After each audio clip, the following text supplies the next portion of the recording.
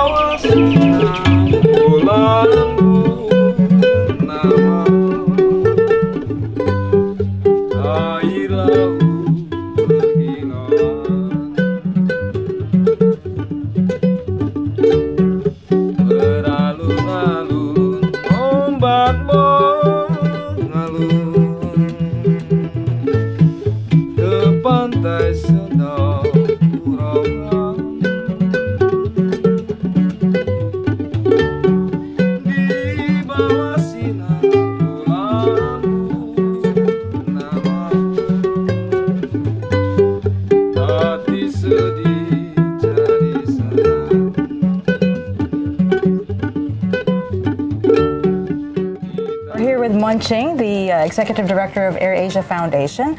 This is a very interesting workshop that we've walked into here in Kotagede. Tell us about it. What's happening? Right. We are here with a group of silversmiths. We've been working with them for a couple of years. They are traditional silversmiths and they work here for many decades. It's part of a really ancient trade in this old city. It's passed down from father to son and over generations since the 17th century. Mr. Yoko, how many years have you been a silversmith and where did you learn the craft from? Saya jadi pengrajin kurang lebih hampir 30 tahun lebih. He has been a silversmith artisan. It's about 30 years, more than 30 years. Okay, and where did he learn it from? Ya, dari mana Bapak belajar tuh? Saya belajar kebetulan bapak saya juga pengrajin. Yeah. His father also silversmith artisan as well, so he learned from his father. Before AirAsia Foundation come to Kotagede, the artisan here can make the silversmith just only by order.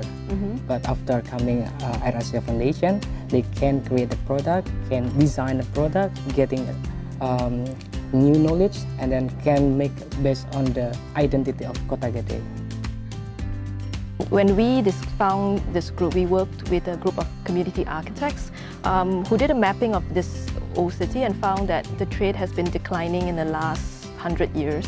There used to be over 300 households in the profession, but now only 20 plus survive. And they asked for our help. What is the work that Arkom Jogja is doing here in Kotagede? Dan biasanya kan ketika kita bicara konservasi kan it has been 3 years we are working with AirAsia Foundation, and it started by encouraging youth people, but now we can encourage a lot of people, adult, youth and children as well, and they are making a kind of festival because they want to attract a lot of people, not only in Yogyakarta but all over the world, to know about Jakarta, to know about silversmith artisan as well. Yeah, ketika kita bicara Kotagede, when we start talking about Kotagede, it's not only the empire itself, but the community, the people in Kotagede.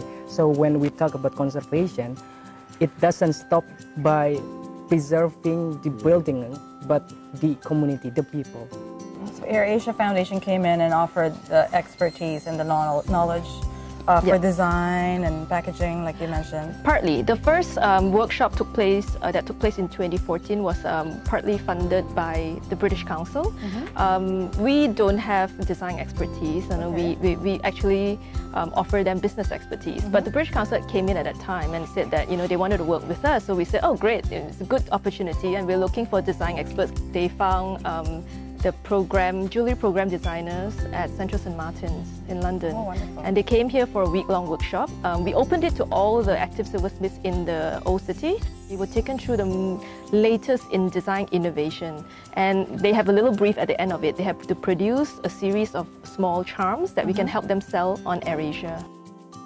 Yeah, there was no such thing as branding. Everybody worked in their home studios, but it's been over a year, and now they're ready to go to the next level. They're ready to expand their product range, and with that, a stronger brand identity, different types of packaging, and we were very fortunate that two groups of professionals came in to help this time, and they're all doing it as a pro bono volunteer basis.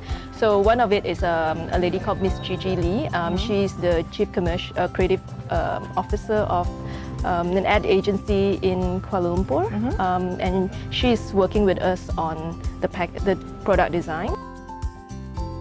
Now, what are the qualities and the lessons of AirAsia as an enterprise? How are you channeling that for them to learn? We have to sort of kind of get them used to the idea that the opportunity is there, you have to seize it, and make the most of it.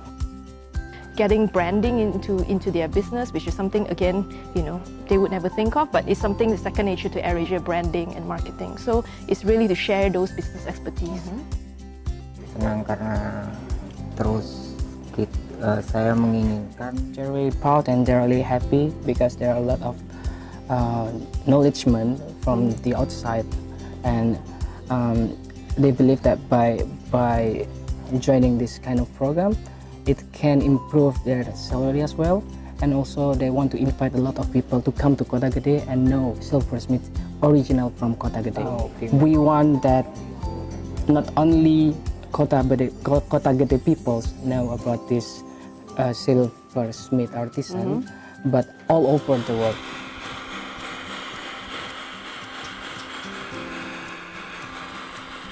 And then they want be seen as a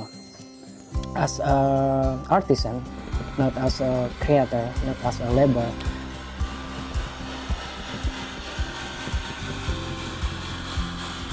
What sense of personal fulfillment do you get out of doing this kind of work? It's immense. If we are going to make ASEAN a really great place for people to travel, we can't just bring people to the hot spots and it's always Bali or Phuket. You need to bring people out to other areas so that the benefits of tourism goes out into communities, but in a managed way that benefit the people who live there, not just the big shops and the big hotels. So in terms of business, it's kind of really a long-term sustainability, but for me, it's really at the end of the day after, initially when I came here 2 years ago, they were like, what does this person want, what does this Malaysian want to come here for?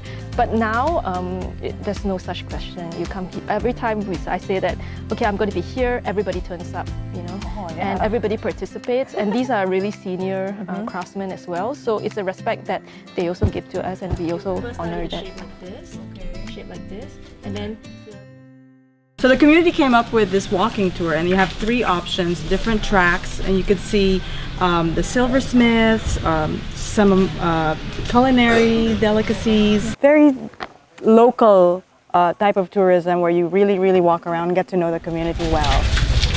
So we've been on our walking tour, and now we're looking for this house of a baker who apparently prepared something for us. We've been walking for a few minutes now.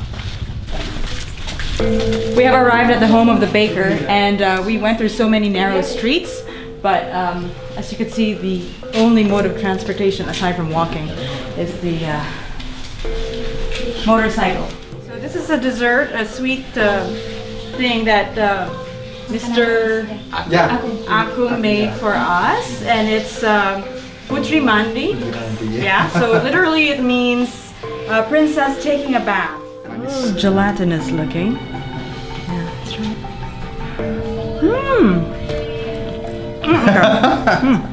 It starts out a little salty, but then when you bite into the ball, it's sweet. Coconut? Good? Yes, I could see it. Jackfruit inside. That's right. There's the surprise is in when you bite the ball. It has grated coconut and jackfruit. That's where it gets its wonderful burst of flavors. How nice. has his life changed?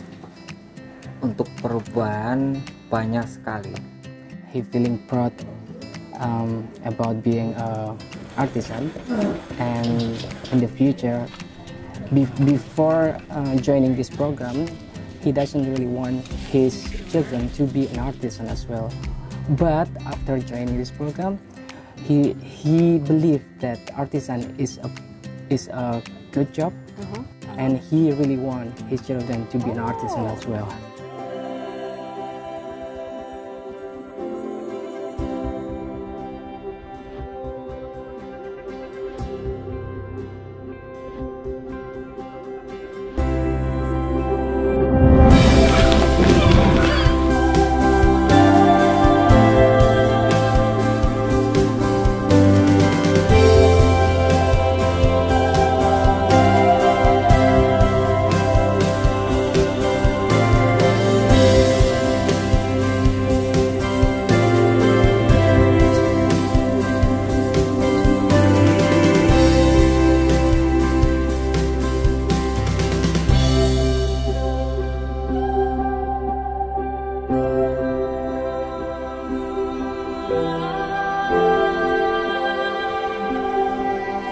This has been Daphne Paez for AirAsia Red Talks. Join us again next time as we share more amazing stories to inspire your journeys.